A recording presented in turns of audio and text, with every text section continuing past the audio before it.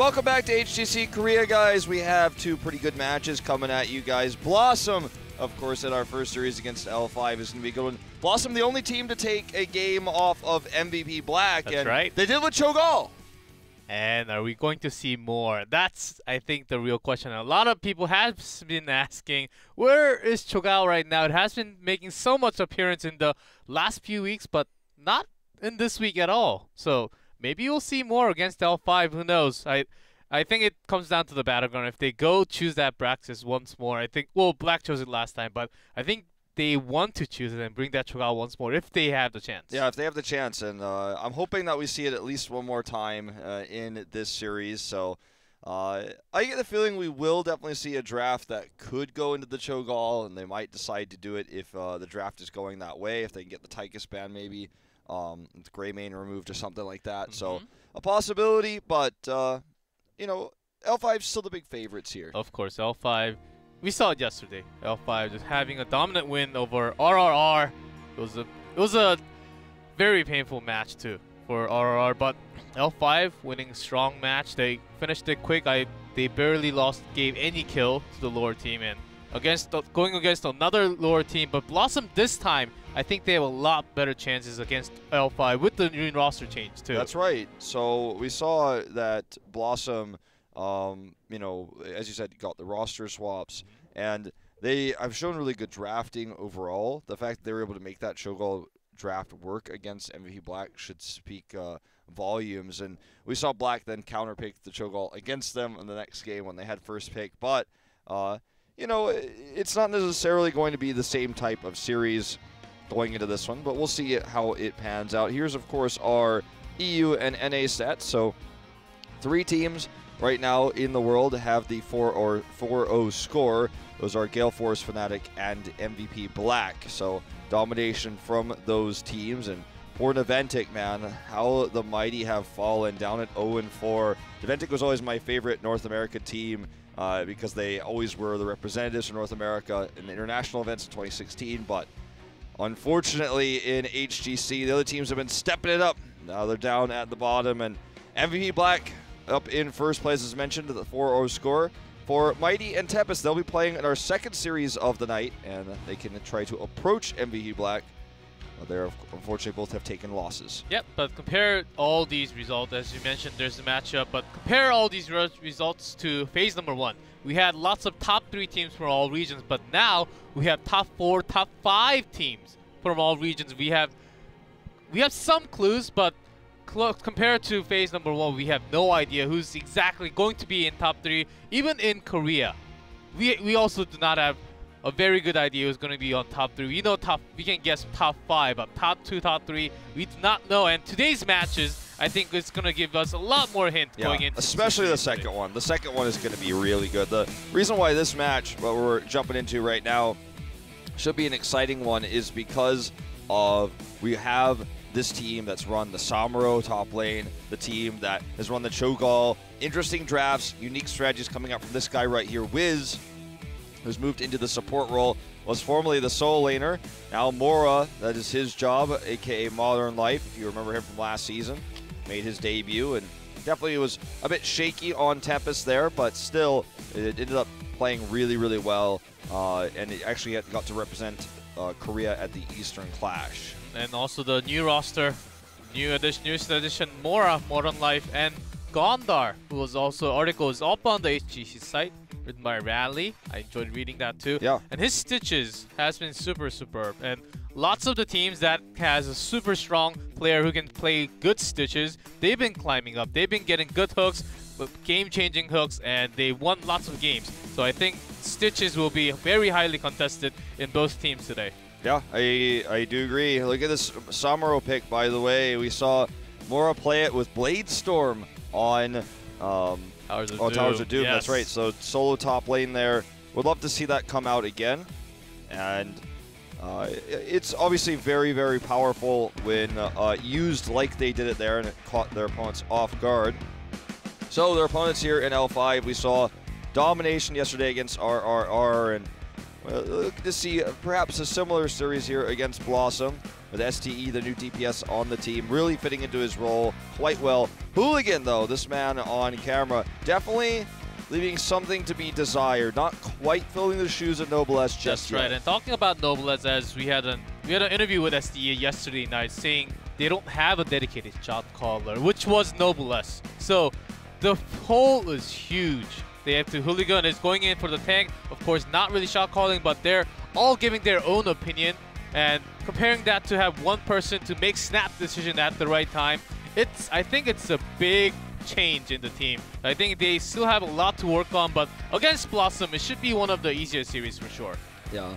So, STE, the king here, the man of the hour, playing Tassadar even in their last third game there. The Gladon play, though, we saw with the Horrify usage was amazing on Tomb of the Spider Queen. That 10-minute game that we saw, that rare, elusive, very quick Tomb of the Spider Queen map.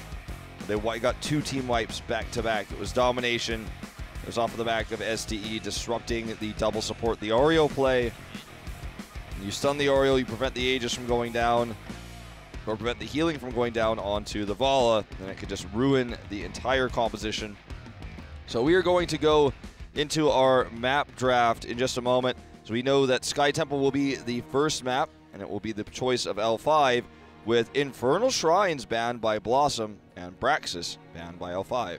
Okay, this is a very nice ban coming out from BlossoM actually. Infernal Shrine, less likely to see Cho'Gall, I guess. But, so... RIP. Yeah, RIP. But BlossoM, they still have their favorite map, Spider Queen's Open. So that's very good for themselves. But first map, of course, chosen by L5. First man, first pick will go to BlossoM. But Warhead Junction is still open. And that sometimes BlossoM did choose that map in phase number 1, so you never know. Yeah. So we'll see. I mean, you could see it Cho'Gall and Sky Temple. Probably not, but let's see what the draft tells us before we draw any conclusions. It will be the first pick of L5. They won the coin, or sorry, for BlossoM, they won the coin toss. That's why map choice goes to L5. It will be Genji, the first ban. Nothing crazy just yet. The Oreo ban. Genji first ban. They used to ban lots of Uther from the beginning, but they have changed a bit against L5 now. It's interesting. They can still go for their favorite Uther first pick, which they did many times when they did not ban it. It's open. Ariel's gone already, but it does have to fit whatever they're thinking in their mind. The team comp, you can't just pick Uther, of course. You have to plan the big picture, and they're going around and picking Tassadar, safe pick, hiding their team comp against L5. Yep. I find it really interesting that despite the changes to Uther, the nerfs on his level 7 talent, we even see cleanse nowadays. Yeah, a lot more. He's still just so dominant, and I feel like the Uther first pick was the one I expected to see, but they leave it open here. Now L5 has to consider a lot of different things because Tassadar is the great equalizer. He works with any heroes. No matter what you were thinking about picking, it's hard to counter the Tassadar, so you have to know that you cannot have that available. You can't really, as L5 here, say, okay, well, I know what we're going to take away. Okay, this is one aspect that Tassadar could have worked well with. Exactly what I was thinking for L5 mind. The only slight problem that they will face, because BlossoM has 2 more picks before the second ban phase. They can still pick up Arthas, and along with that, they can still bring Malfurion for the extra support. The question is, without Ariel, what kind of DPS are they going to have? Maybe Tracer? No, I don't think Vala is less likely with now Ariel removed from the draft. But L5, knowing that, they went into Avatar Illidan. That's some bold move, and I'm sure they have a lot more planned. Yeah. Well, Uther still available here for BlossoM. I feel like they should take it. Leaving the Illidan to have the Abathur and the Uther would be a big problem. Ariel's banned, so hard to go down the full trinity with the Vala here, or impossible with the lack of Ariel. So I don't think we're going to see that. If Ariel was still open, I think they were considering Stitches, but without Ariel, it's less likely to go get those hooks. So they're gonna go around and go catch up with the global, with the Tehaka, Uther, strong supports, and the front line. They're still hiding their DPS. Exactly. Not bringing Arthas. Easy ban for L5, of course Arthas, but banning Cassia.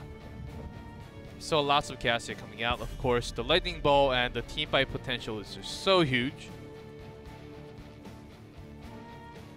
Greymane looks to be banned here. But I was going to say, Greymane a little bit weird to ban with the Illidan draft already. A new Brock coming in potentially. We did see Cho'Gall with double support Uther. See like a new Brock ban. I'm like, okay. You know, that's possible, but this is a 3-lane map, so less likely, and also no Auriel would be cost them big too. The sustain will be less, a lot less without the Auriel. Yeah, I don't think they're actually gonna do it. I'm making jokes, but so they're deciding to go for the support choke. There is still Malfurion and also Rehgar. Rehgar seems to be banned oftentimes because of all those double supports happening in Korea. Well, Rehgar is much better at healing Illidan than a Malfurion because you need the burst heal, the ancestral that Malfurion can't really provide. Especially when Illidan nowadays goes for the Hunt instead of the Metamorphosis, which will provide the escape. It does not, so ancestral healing actually kind of provides the escape from all the HP coming back into Illidan. And there's a Greymane. They're going all in dive comp here. Tyrael picked as well for the extra protection. That's something, a ban that BlossoM might have wanted to consider, the Tyrael ban. Greymane, a ban that was highlighted there from BlossoM, but they didn't lock it in. I think the main reason why is just simply because it's not as strong as some of the other bans. I think banning Greymane means they just take something else equally as strong, perhaps even the Li Ming. But with the Rehgar now, they can limit the burst healing as mentioned. Greymane does have an abysmal win rate in Korea currently at 13 to 23, but that's mostly just because he's been played 36 times over these last 3 weeks, and if every team is running it, the weaker teams are running him too. I think he's very powerful, but those stats don't really mean too much at this stage. The fact that he also got played 36 times, I mean, he wasn't really banned too many times, and he was taken as a secondary DPS to provide the cursed bullet damage into the tank, and also provide some burst damage with some kind of mage with the Li Ming. And they're still going for Vala. With Johanna for the blinds, with the Cassia removed. Cassia kind of being a counter to the comp that L5 is running. We saw that a lot yesterday. So the blinds here, they still want them, and they're going to take Johanna for that. So a very rare tank pick here, but very much for the counter. And Lucio will be the support on the side of L5. Yeah, lots of supports already removed, so Lucio, and there were only a few left on Karazim. So with the utility, it will help them dive, and Lucio with the wall ride will safely escape the battleground if he has to. All right, guys, let's jump into game number 1 here. Find out if BlossoM, they can make this work with the blinds, the late Vala pick, the double support. They have Uther, they have a lot of sustain and healing. We'll see if Wiz's plan comes to fruition here as we go into game number 1 on Sky Temple.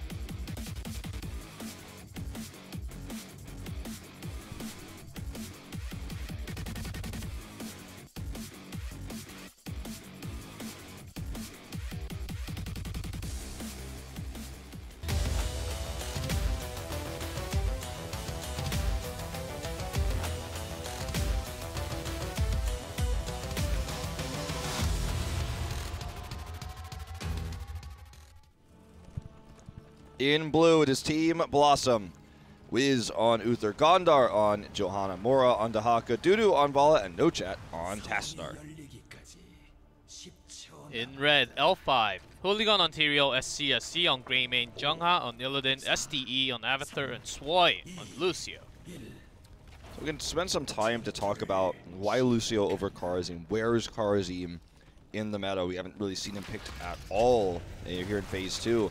I think the reason specifically for Lucio here is for 2 big reasons. The mobility that he provides and the burst heal that you will, or the burst shielding that comes out from breaking it down there when he drops. Yeah, the sound barrier AoE is a lot better and a lot more than AoE healing from Karazim. Of course, also, some main use of Karazim was from the 7-sided strike to burst down the tank, but they already have Greymane. The cursed bullet really rising up with the new heroic with the extra 5% from 35 to 40, and I don't think they need an extra on that to actually get the kill. I think Cursed Bullet with the burst is enough. I think that's what L5 is thinking right now. Yeah, that's what they're talking about.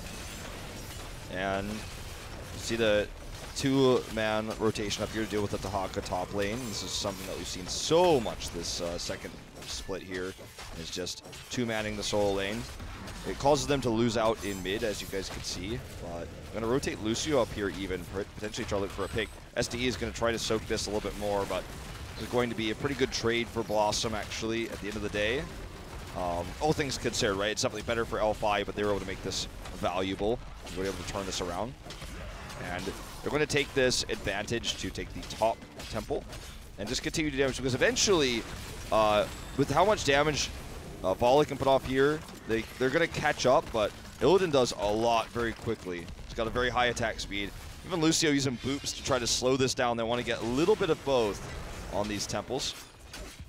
We got a few shots, but that's a good trade, of course. Going for BlossoM, they open mid, and mid first wall, and they've been putting high pressure onto the mid lane, not the bot lane. I was expecting them to go bot and push the bottom lane for the second phase of the temple, but they've decided to go all the way to the mid and just push hard, because that was a resource line that they put into. They couldn't really put Tastar on top because they already had Dehaka on top. And L5, they made some brain fight with the lane swaps in the beginning, and it's working out pretty well for them right now. Yep. So as you can see, because of that, they got the lead on the temples. We need to look to dive in here and steal this second one. Dudu completely out of the fight here. Mora coming in now. The body blocks are real. Uther is the first to die, so Wiz is going to provide some extra healing, which means L5 will have to hightail it out of there. But look at what's happening to the temple. Tyrael is on it, and they're going to steal this away. Now that Uther's ghost has expired, they can just tap and go back in. Unfortunately, the well isn't in this lane, though, so not going to be able to get the healing they wanted right away. That's the power of Lucio. They could dive in, and they also had the speed boost after the healing. Swoy changing into the heal speed right after for the chase, and also to run away. That's exactly how they're using the comp, and they're making it perfect from the very beginning of the game.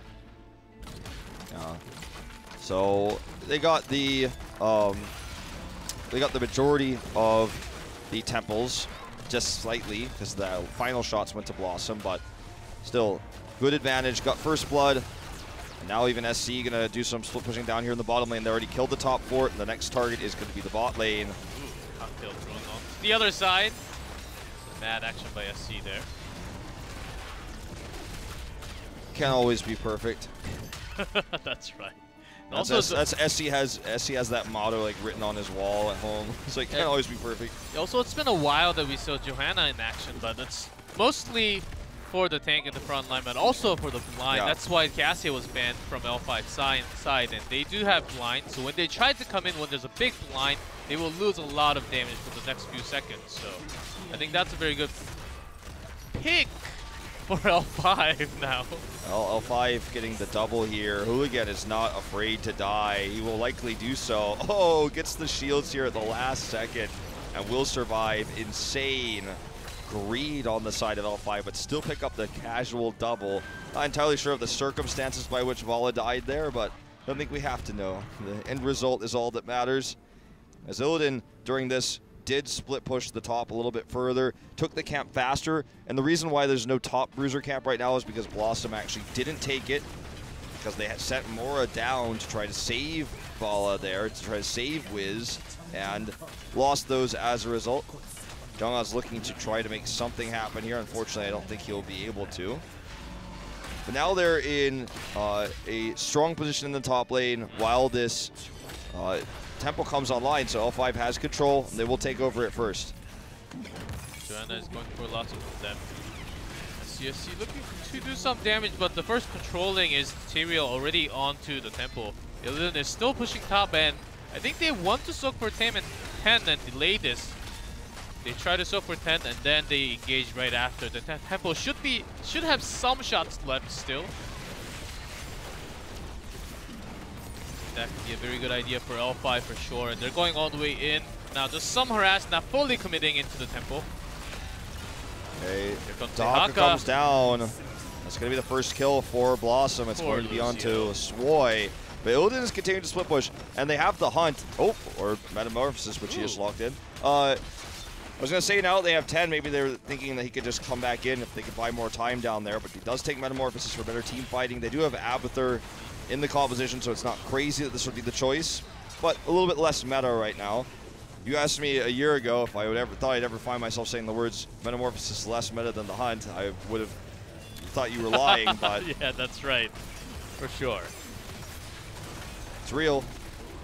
Everything else is held, by the way. Could be Judgment. Not going to be, though. Not going to Judgment. And they're going for this chase. Lucio just joined the fight. There's a speed boost, and the healing comes along. Multiple targets. Also the shields. The double supports making everything so much harder now because the team fights are longer. It's a lot more concentration for the players. It's a long team fight. One mistake costs everything. So lots of standard picks. Actually, not Cursed Bullet. They want to kill Vala instead of killing bursting down Johanna. Yeah. It's very hard, especially when there's blind, because that blind of the cone blind will blind a lot of people when diving in. Yeah, that's going to be there's a few things to consider in the fights. Is going to be making sure that the dive is timed with the blind cooldown. Also, that they don't stack the sound barrier and the sanctification on top of each other. We saw a lot of that throughout Lucio's release, and it's very painful to see, but very difficult to actually coordinate correctly. If you stack them on top of each other, then the barrier is essentially wasted. It only lasts a short period of time. You want to use that to buy time for Tyrael to get in position. There's a lot of ways you can make that, use the tools together when you stagger them. Like, say, everyone's really low and Tyrael isn't in position. You use the sound barrier to buy enough time to continue fighting until Tyrael gets in there, until he has the perfect sanctification. You could do it the reverse way as well. Sank is already used. Everyone's getting low. Drop down the sound barrier. But if you use them at the same time, the effect does not really gain synergy. That's right. It's almost wasted. There goes Greymane for the damage, but gets a... If he got trapped on that wall, that could have been different. But here comes Jungha from the side with the extra clone onto Illidan. It has to shift away, but the target is on Divine Shielded. Great Vala. Divine Shield. Okay, here's the sound barrier first. Sanctification was interrupted here. Vala is the first to go down, though. Go for the throat. Pretty good. And now going to be Johanna stuck here, unable to retreat. Mora is under fire. No Chat already used his dimensional shift. Mora uses the burrow here to get out. It's only Tyrael that goes down, doesn't use the sanctification, but it is otherwise a full team wipe. L5 smashes it. Without the sanctification. Yeah. That was a total team wipe. I can't believe if they had sanctification, they'll be even more powerful, and sound barrier was popped at the exact timing with the speed boost and the clone. I was expecting more of a clone coming out from Greymane sometimes, but it's as long as they have more damage into it. And it seems like a lot of skill shots were missed in the middle. The Condemn, of course, because there are a lot around Johanna, did provide them some damage, but losing Vala from the beginning, of course, costed them big. Yeah. Well, losing Vala when you run this comp is your only DPS. You can't really win the fight after that, and getting away wasn't an option with Lucio. So we're going to have another fight here as Hooligan is the first to get caught, but he's obviously got a lot of sustain here. SDE does drop down the clone here. Ooh, Hooligan survives at the very end with the extra shield available. Nicely done. Illidan, they bought time for him to actually clear all the wave. The bottom lane is also pushing. It's also a lot of respect you have to give to Swoy. Not even willing to drop the sound barrier there, knowing they had enough healing, knowing that wasn't required. In a moment like this, even if you're Grandmaster, Hero League, you probably drop the sound barrier because you're not sure, right? In this case, Swoy is able to judge it, and now they are on the chase here. Go for the throat used by SC. Sanctification, unfortunately, on top of the sound barrier, so kind of two heroics used there. No synergy, as I was saying before, but it might not matter here as Dudu is caught. Getting a lot of extra heals from the Uther Ghost, though. Yeah, Uther will go down after the Divine Shield onto himself. Gondar is very low. Jungha may fall. He does fall at the very end, but that's a good trade, of course. 1v4 trade. I would go for that trade. Yeah. Hooligan here, super low. Oh. Again, gets out. Okay, I take back everything I said about Hooligan perhaps not being the hero Noblesse is. Sure, he's not at the level yet, and even with these plays, Noblesse could definitely have made them, but when you watch plays like this, the ones we've been seeing from this guy today, you have to respect this player and respect the choice to put him in instead of Noblesse. He is playing like a god in this first game. Yes, I really feel like he is a little better than Noblesse even today on Tyrael. He's making all the escapes. Of course, Swoy will get, even with the wall right, I don't think it's going to be enough. There's a stun. There will be another kill onto Lucio. Poor Lucio getting picked all the time, but all the damage survives.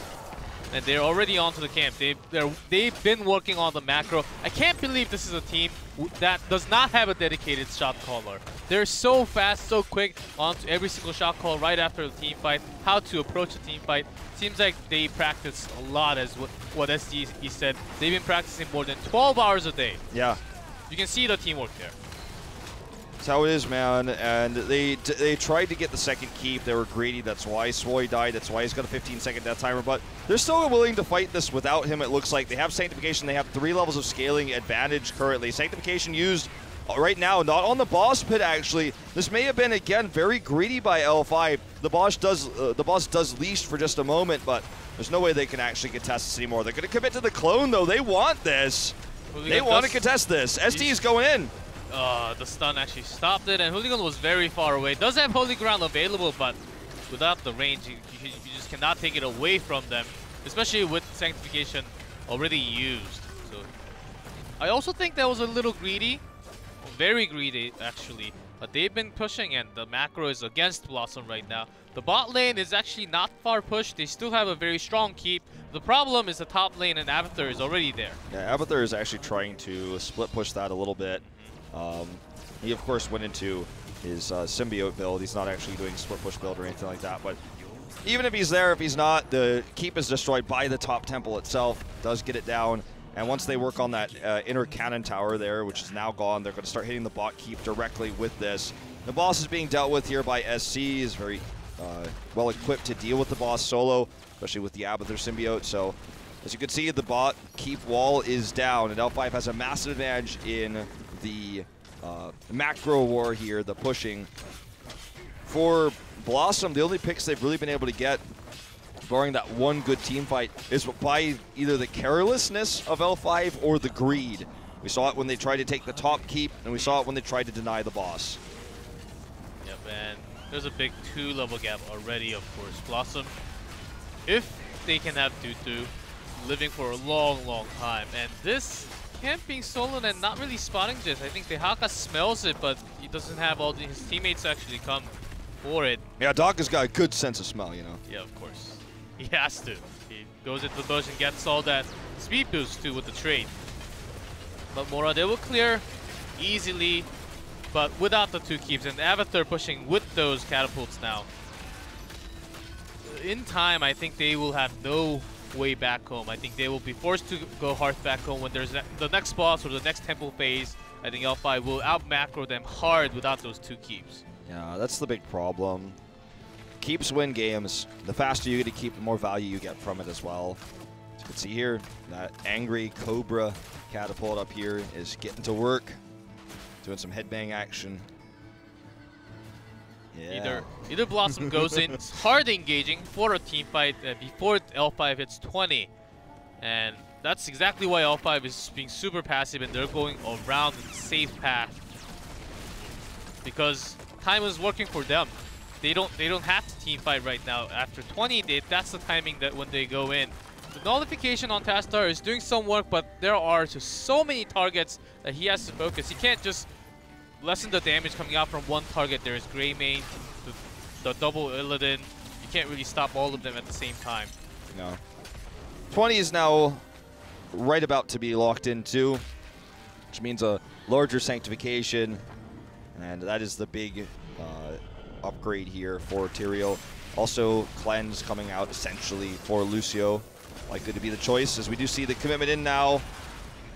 Is going to be that essentially Cleanse coming out for Lucio as SD dives first. They're going in deep onto the Vala. Just the clone did so much damage. Gondar is taking a lot of damage. Adaptation already used for Mora. There's a Sanctification, and there's an extra dive. Divine Shoot onto Johanna, which is going to be Tutu a lot weaker. There's the first kill onto Johanna, Uther, and Tutu without the protection. Nochet is also in the dangerous position on the other side. So much healing coming out from Wiz as before his ghost goes down there.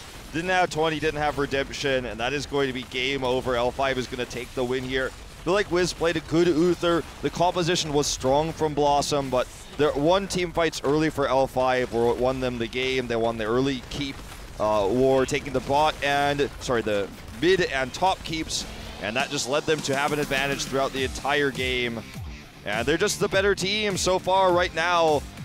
And we saw creative drafts out of BlossoM all throughout their series against MVP Black. They won the game with the Cho'Gall. And in this draft, it felt like they went almost too normal, too standard. The Johanna pick, a rare one, but it felt like it was very well equipped to deal with the Illidan composition. But they just couldn't make it happen when it mattered most. Taking that boss and getting the kills when L5 were greedy was really all they were able to do. Yep, it was very hard, of course. And we saw it's the dive meta. Dive meta, the sustain meta, either of those ones. A lot of the stronger teams in all regions are using it right now in this meta. But we saw some counters to it sometimes, bringing the right wing with the Emerald Wind. Of course, it does not give burst heal, but bringing the double support with Tastar or even with Uther sometimes did counter all the dives. So maybe choosing Brightwing, which was open during the entire draft, and from the beginning we saw it was going to be the dive comp because the L5 picked Avatar and Illidan. Yeah, so there are still lots of options, so. Yeah, I mean, Brightwing could have been the way, but when you have already Uther, Tassadar, you can't really predict like necessarily that the draft is going to go that way. It's something we've seen though, as you said yesterday. So we'll see how the rest of the series goes, because we're at a point now we're seeing Avatar on Sky Temple, and you kind of have to think that's a bigger sign of the meta moving towards that Illidan, the Greymane, the Avatar Zeratul you've seen already. Avatar is becoming so popular right now that, you know, and in the past, you'd be like, okay, Cursed Hollow maybe. Battlefield of Eternity, we saw a lot in the past. Then you're looking at Sky Temple back in the day, you would think, oh, well, never Abathur there. But even now, we're seeing Abathur dominate here, so it's very much something to consider, that the Illidan ban might start to take over the Genji ban as we move forward, because it's just a pick that we're seeing more and more of right now. Yeah, oftentimes when there were clones on the other side, some Korean teams actually backed off, not even tried to fight, because just buying the time of clone when the clone is expired, and then they would go in for the team fight. But it was very hard because they had Lucio. The speed boost made that impossible. Of course, they had a lot of die with the extra speed boost. They could not really get away from any team fight. So I think L5 had a very strong draft. But with the second battleground, now we're going into Towers of Doom. Okay, BlossoM. They have a lot of